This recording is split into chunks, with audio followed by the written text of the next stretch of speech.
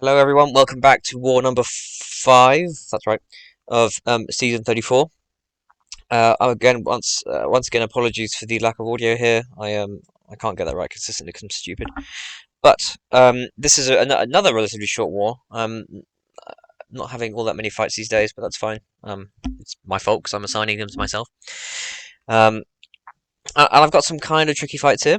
So I'm starting out on path 2 in section 1, which is of course the classic strike counter node. Here I'm thinking, yeah, why not? I'll use a 33% boost coming up because I have some tricky they might gain some power coming up. And I've got this Weapon X here, and I'm using my Nimrod. I like using Nimrod a lot. However, he's unduped, which makes the ramp a bit slow. And I'm also vaguely aware here that ideally I'm not going to be, sorry, not ideally, I'm properly not going to be getting to an SP2 here because he's going to be throwing his SP1s as soon as he gets them, and then I'm going to lose my power.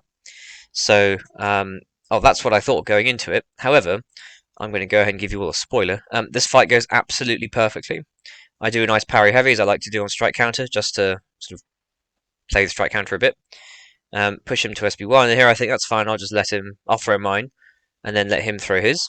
As you can see, he's melting already, and even if he, this fight should be fine. But he's pretty stingy with his SB1, which is very unusual. Normally, Weapon X throws his SB1 all the time. Finally, he does it. Just got to back off, wait till the unstoppable goes away, and then get a nice intercept here. And see, he's got the power drain from Nimrod, and watch what happens here. Oh, beautifully done. You use the fact that I'm pushing him over a bar of power twice to give myself an SB2 because he was losing power. That went absolutely perfectly. That fight. That was lovely. I would love to say I planned it that way, but I didn't. Now we have Mysterio on the second fight of Path 2. I quickly throw. I think I throw myself a white magneto pre-fight here, just to give myself guaranteed parries. Oh, sorry, I don't know, just to give myself a bit of extra attack. And my plan for this fight is to take it just as It's more or less the exact same strategy as I took the Scorpion. I think it was a couple of wars ago. Stop him from throwing the SB1, and don't get caught in bad loops. Now there I trigger Dex immediately, so I just do one hit and back off. So I trigger his miss, and that's fine. I can just wait it out, which I do here. The extra length on the parries helps there. Do a nice heavy attack again to play the strike counter a bit. And again, I want to make sure I push myself over a bar here. Throw my SB1. My thinking is if I throw enough SB1s, eventually I'll turn off the miss stuff. But before then, I'm just holding block, getting him to either reparry or throw a heavy. Here, I get a bit lucky that he doesn't throw his SB1 immediately, but that's fine. Same thing, 5-hit combo into my SB1. I'm now up to 6, so I now won't miss for a moment or so until they go away. But and then I'm just his power is basically controlled because of the fact that because of power focus 1, and I can just bait heavies and do my bleeds, and he dies. So yeah, that's that fight done. That went better than I thought it would. I thought that fight might be harder. And now our next fight here is what is my next fight here? Oh yeah, okay, I'm going on the right, and I'm going. Oh yes, of course. This next fight's really silly. It's a domino on Spite. This is an absolutely classic placement. People have been putting domino here for years. No, not years, but a very long time. I was originally going to take Warlock for both domino and the Nimrod, but here I am. Sorry, the Weapon X, but I'm using Nimrod here because I wanted Nimrod for my Weapon X. And this fight's kind of dodgy because, of course, she's constantly gaining power, and Nimrod doesn't really have any good power control. So here I need her to throw her SP2, and she doesn't. And that's fine. I used an invulnerability boost, so I know that I can take this hit nice and easy. Here I get lucky that she's not throwing a heavy, so it's fine. Sorry, her SP3, so I may as well just gain as much power as I can.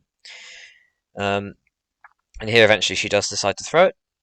I think this was the fight I used the 33% grey boost on because I thought, if I lose my vulnerability, I might well need it. And I was thinking, oh, that's fine. I'm at SP2 now, so I throw it immediately. You can see the power drain is just about keeping her power level steady-ish. And that completely nuked her. However, I then missed a parry and lost my vulnerability boost. And now I'm thinking, oh boy, because she's almost at SP3. Luckily, she throws her SP2 there, and I somehow screw up the evade. Take a big, both hits crit, of course, and so I'm in the corner now. And now finally I get my chance to retaliate. She goes lucky again, so I know that she can evade, so I really don't want to be hitting her too much, so I'm doing a few hits then backing off. And she's healing from willpower, lucky again, so I think that's, I know that if she evades and goes straight into SP2 I'm dead. However, I decide to go for it here, because I know the SP2 will kill her, and indeed it does. So that fight got sketchy. I wasn't very happy with that, but that's fine. We soloed it. And our next fight here is Spider-Ham on the Aspect Revolution Kinetic Transference node.